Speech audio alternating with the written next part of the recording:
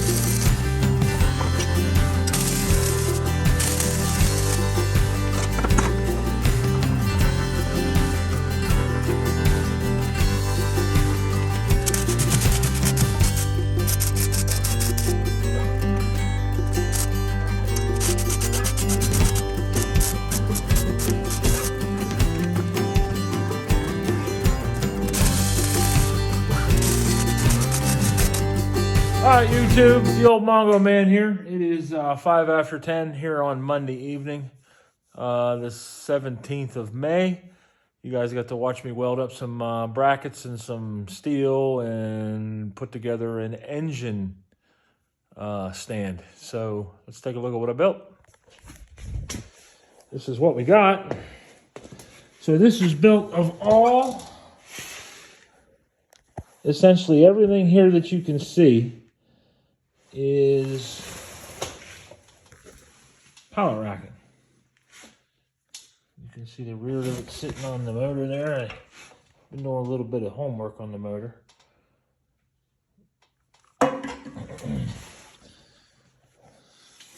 It's setting up high enough that you can see it and work on it, I think. Right now there's only 2 bolts in it, 2 3/8 bolts in the front. One on this side and one over here on this side. One right there. And as you can see, it's got cross members, top and bottom, nice little cube. That rear one's welded in there pretty good. These are definitely welded in there really well. Before you say, why are you just using that C channel? You can see up underneath there, there is a little piece of supporting metal there as well. Same thing here, I put these little caps on the ends to help support that. But as of right now, you can see that that's out here. It's not sitting down flush. So I need to add a little bit there. I'm gonna probably put a little bit of rubber in there because it is sitting on these rubber mounts here, but there's no isolator back here. And what I do want to do with this is I'd like to be able to start it on that stand so that I can see what all's going on with it. I don't think there's any problems with it. I just checked up on the numbers. The boat is a 1989. This is a Jasper rebuild. I called Jasper today. He said that it was put in before 2010, so they didn't have any, the serial number, they don't go back that far.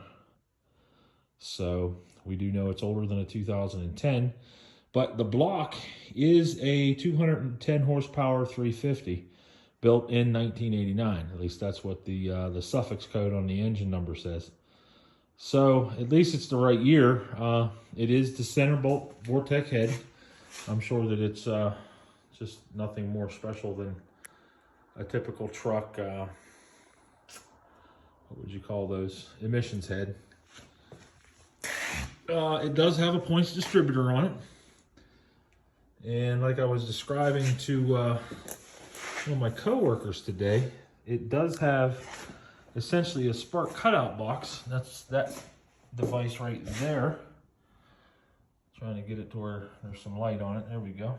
So what this thing does is it's getting an input signal from this micro switch. This micro switch, as you can see, is activated by this lever. This lever had a cable on it. It went from here, there to there. And just as you begin to shift, it actually clicks that in, and I believe it cuts half of the cylinders. So this box has the input from here, from this micro switch. And then if you follow over here, it has 2 outputs. Those 2 outputs come down into this harness here. There's a gray and a purple.